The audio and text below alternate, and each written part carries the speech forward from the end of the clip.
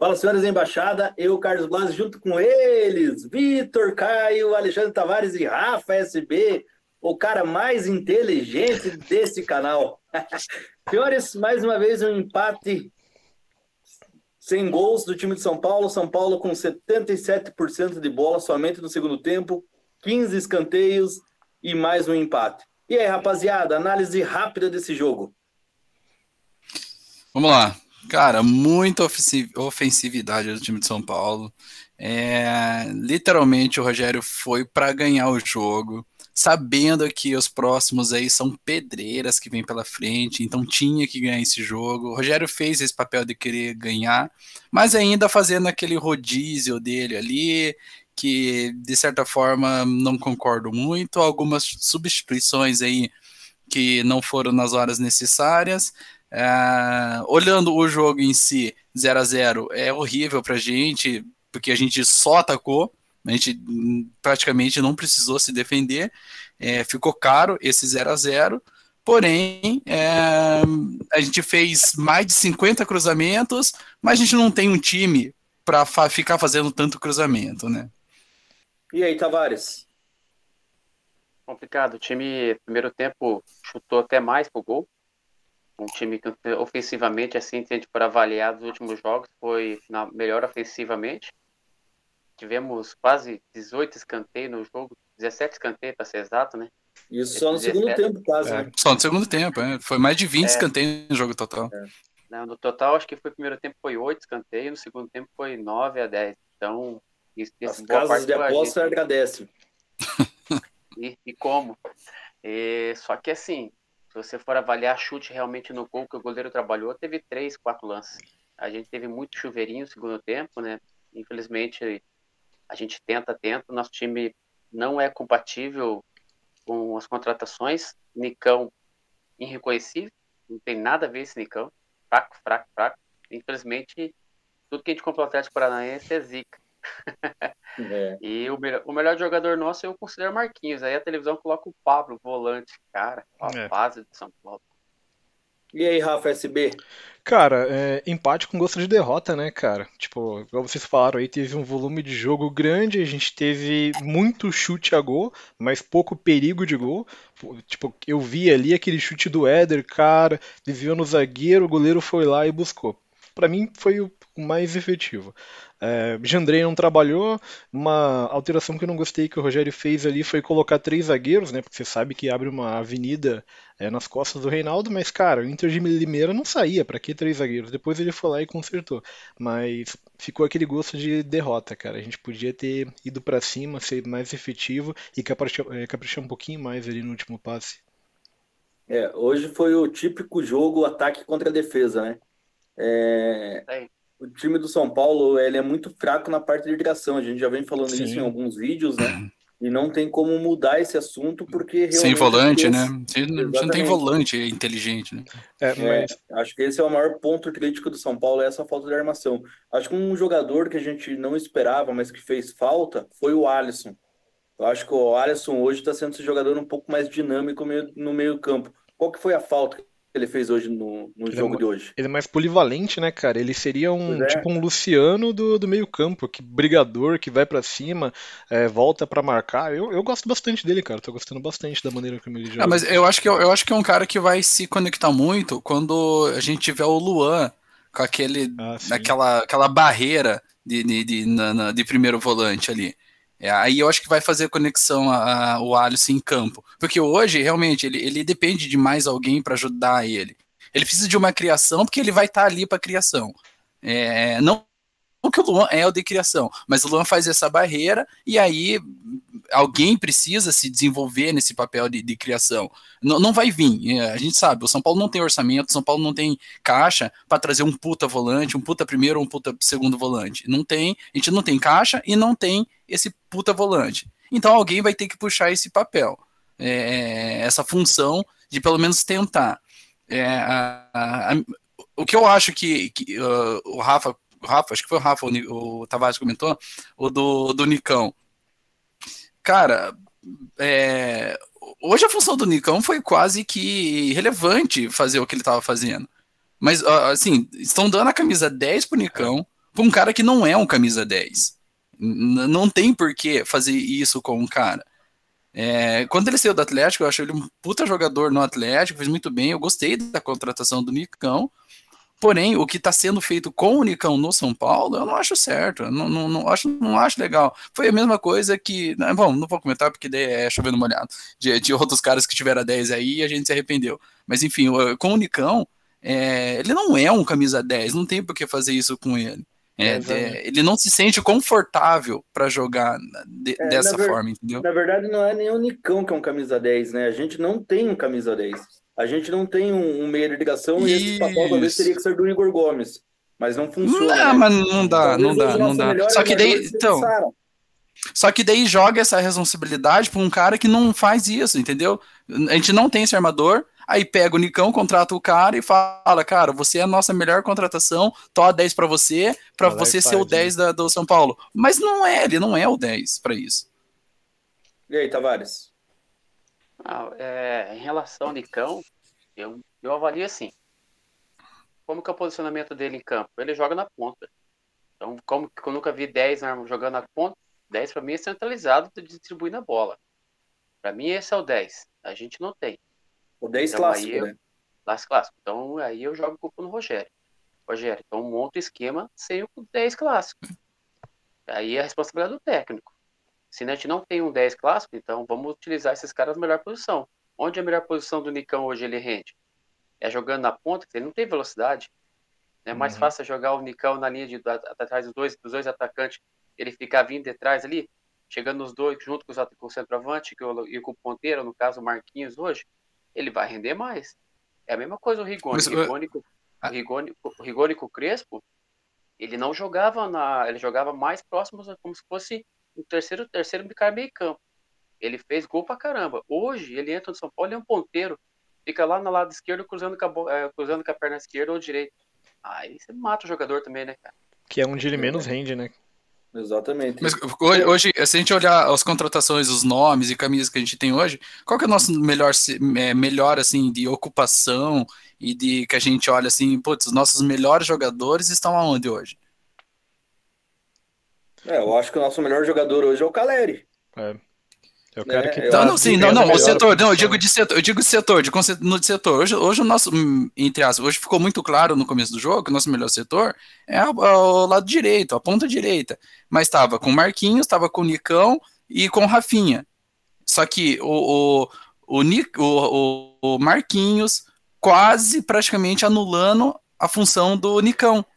E aí o Nicão tentava vir pro meio, tentava fazer alguma coisa, mas não é a posição dele, mas porque provavelmente instrução do Rogério Ceni. Marquinhos, você só fica na direita, Nicão, você sai um pouco, provavelmente, talvez possa estar errado, enfim, pessoal que estiver aí assistindo, comente, mas tirou um pouco ali da zona de conforto do Nicão, mas o Nicão não sabe o que fazer quando sai da zona de conforto dele. Então, o nosso melhor setor de camisa, de nomes ali, é o lado direito.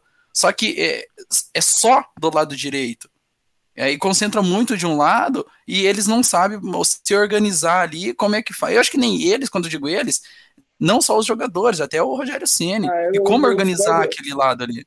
Eu discordo um pouco de você, porque nesse jogo não dá para ter como base, né? Vamos levar em consideração que o Inter de Limeira era o penúltimo colocado do Campeonato Paulista antes de começar o jogo. Geral. O jogo de ataque contra a defesa. O segundo tempo, por exemplo, uma das maiores jogadas foi com o Reinaldo. Então não tem como a gente tirar de base isso agora. Não, mas quanto a Ponte Preta foi a mesma coisa. Quanto a Ponte Preta, a gente concentrou muito o jogo nesses três. Teve no segundo tempo, teve uma substituição que daí quando entrou o Marquinho, a gente concentrou. Nicão, Rafinha e Marquinho do lado direito. E aí hoje a gente repetiu. Mas hoje, assim, a gente fez isso porque a gente tem o lado esquerdo o Léo. O Léo nunca foi um cara de atacar. Ele não é lateral esquerdo, né? Tanto que quando entrou o Reinaldo, o jogo mudou. O jogo caiu pro lado esquerdo. Sim. Então, assim, a ideia é o que acontece. Não adianta, por exemplo, ter o Reinaldo e Rafinha junto, que eles estão pensando, porque os dois sobem. E defensivamente os dois é fraco. E o Rogério está pensando, se eu tiver que atacar com o Rafinha, o Léo tem que segurar. Porque ele não vai ter condições de ter os dois laterais atacando sem volante de contenção forte que a gente tem hoje. É fraco. Até teve linkado nisso aí que você está falando, Tavares, até teve um lance um dos poucos lances de perigo da Inter foi que o Rafinha desceu num contra-ataque da Inter e eles fizeram uma tabela e o cara passou atrás das costas do Rafinha e ganhou na velocidade, linkando isso que você está falando, que o Rafinha é lento. Então, para contra-atacar em cima do Rafinha é fácil. Mas eu quero escutar a opinião do Rafa a respeito disso aí. E aí, Rafa? Cara, em termos do Rafinha, realmente, eu acho que ele não tem o mesmo vigor físico, mas, cara, pra mim, dar 2 pra ele, não tem ninguém nem pra ser reserva dele. Ele é o cara mais completo como lateral direito que a gente tem hoje e ponto.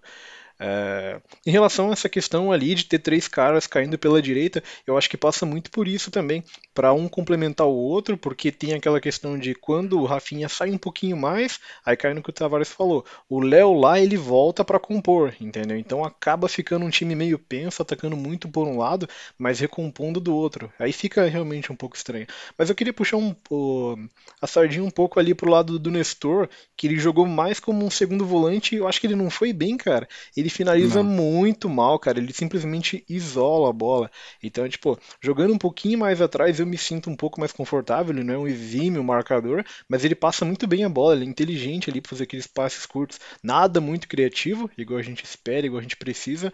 Mas como um segundo volante, cara, ele deixou a desejar ali naquela finalização de fora da área. Tem que treinar um pouquinho mais, tá faltando um pouquinho ainda. O que vocês acham? Eu concordo com você. E aí, Tavares, o que você acha? Na verdade, ele não é um segundo volante, né?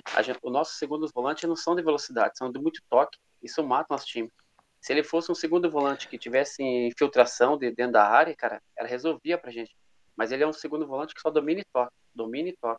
Ele não tem velocidade, nenhuma jogada dele tem velocidade. Ele não dá um tapa pra frente, ele arrancando, fazendo 2-1.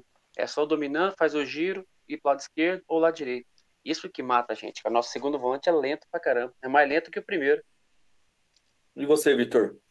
Não, concordo literalmente com a opinião dos dois. E linkando com eles, tem o Gabriel Neves, que faz a mesma coisa quando substitui, quando entra ali nessa posição. Igual, né? É a mesma coisa. Toque lateral. Assim, gente, são dois jogadores que erram poucos passes, né? Mas serão bons. Acho que tem jogos para eles fazerem isso, mas aqueles jogos que a gente vai estar disputando grupo não, vai estar disputando semifinal, final, quartas, alguma coisa, tá ganhando de 1-0, vamos segurar para ir pro segundo jogo, fizemos 1-0, vamos segurar, tá acabando. Mostra a garrafa do que você tá bebendo aí. Eu? Porque eu tô no uísque agora. Não é possível você falar que a gente vai disputar semifinal e final. Você tá de brincadeira, né? Não é possível. Não é possível. Não é possível. Porque assim, eu acho que são jogadores para esse tipo de situação, entendeu? Para esse tipo de situação. Não que São Paulo esteja numa condição disso, mas para esse tipo de situação, são dois jogadores, tanto o Nestor quanto o Gabriel Neves, que podem ajudar nessa situação. O problema é que o São Paulo não tá numa situação que a gente vai ficar disputando quarta, semi e final. Sabe? Então, eles têm uma função certa, mas não para a situação que São Paulo vem passando ultimamente. Na verdade, eu acho que a única função certa deles é no banco. Exatamente, hoje é. São fraquíssimos, cara, são fraquíssimos. Ainda eu prefiro o Neves do que o Nestor ainda como um segundo volante. Com certeza. Uma pergunta. Você acha que daria... Eu montaria um time uma hora assim, pode ser no caso o Neves e o Alisson, segundo volante. Pode ser, cara, pode ser. Vale a pena tentar. Hoje, eu pego o celular, eu olho pro banco e fico pensando, cara, não tem ninguém para armar. Para primeiro volante também não tem ninguém, tem que improvisar. Para ponta é o que tá em campo, então a gente não tem muita opção e o banco também não tá ajudando muito não. Então tem que fazer algumas experiências. Só que o que me incomoda bastante, cara, é ver que o Rogério ainda tá treinando muito durante o jogo. Eu percebo que ele tá um pouco confuso em alguns jogos ainda. E os próximos jogo já é um clássico, daqui a pouco já chega outro clássico mais importante ainda. Mas clássicos em seguida, assim. Mas eu acho que esse revezamento dele é justamente por causa dos clássicos. E com o que ele comentou na última semana aí, o setor médico nosso é horrível, a gente já vê isso de anos. Provavelmente ele já veio pro São Paulo vendo isso e falou, cara, eu não posso deixar os caras se machucar, porque se machucar, ferrou, os caras vão levar semanas para se recuperar. E de repente ele escala os melhores, os caras cansam. Aí chega essa fase de 3 clássicos seguidos aí, praticamente, que a gente vai ter, o que ele vai fazer? Se ele perder 3 clássicos, acabou, Rogério Ceni, tchau, mandando embora, se perder os 3 clássicos. E durante o jogo, não sei se vocês perceberam, o Leandro Guerreiro fez um comentário que eu achei bem interessante e parece muito time de São Paulo. O time de São Paulo se movimenta só quem tá com a bola. O time de São Paulo não se movimenta sem a bola. É isso não dá opção, né, cara? Não faz a movimentação sem a bola, aquela movimentação falsa, enganosa, para dar opção de passe, o São Paulo não faz. Mas é isso aí, senhores. Acho que a gente ficar falando desse jogo aí, um ataque contra a defesa. E a gente teve 77% de posse de bola, mais de 20 escanteios, não conseguiu fazer um gol, chovendo molhado, né? Vamos para a conclusão final. E aí, vamos começar com você, Tavares. A conclusão é a seguinte, agora... Conclusão curtinha, tá, Vitor? Acho que nem te falamos, tentamos, fizemos o possível e agora é clássico. Clássico, não importa se joga bem ou mal, o importante é ganhar. Rafa? Basicamente, o que me preocupa bastante é a questão defensiva, então a gente tem que estar muito preparado, bem esperto, tem que entrar no jogo bem ligado, caprichar na finalização, pode ser 1 ou 2 bolas. O Caleri, se chegar, ele vai guardar, mas a bola tem que chegar. Então vamos jogar como equipe, vamos dar opção, vamos se entregar, porque a gente tem condição de ganhar. Os caras não são muito melhores que a gente, não. Vamos pra cima. É o Santos, né, galera? Exatamente. Perdeu o Mirassol hoje, não perdeu? Sim, perdeu 3-2. Perdeu 3-2. Vamos pra cima. E aí, Vitor, conclusão? Espero que Diego Costa seja só um descanso do Miranda para vir esses clássicos e o Miranda voltar para reserva e a gente conseguir vir com os 3 zagueiros daí, Léo, Miranda e Arboleda.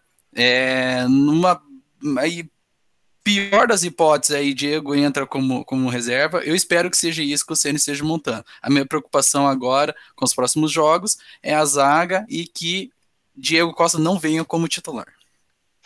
Então vamos lá. Minha conclusão final é o ponto positivo do Jandrei estar como titular. Acho que acabou um pouco esse rodízio de goleiro, né? É o que todo mundo estava se preocupando. Espero que o Volpi não volte mais, porque o Jandrei está passando uma confiança, por mais que não trabalhou, mas está passando uma confiança. Assino ali no que o Rafa falou, que se a bola chegar pro Caleri, ele vai guardar, não tem como. E eu acho, velho, que nesse jogo Sansão aí, eu acho que vai dar mais um empate aí, porque os 2 times são ruins. Não guardam. Mas dentro dos ruins vai dar 1-0 pra gente. Dentro dos ruins vai dar 1-0 pra gente. É mais um jogo difícil de assistir. Mas é isso aí, rapaziada. Não se esqueça de se inscrever no canal, ativar o sininho, compartilhar com os amigos e dar aquela moral pra nós, beleza? Tamo junto e é nóis, até a próxima. Valeu.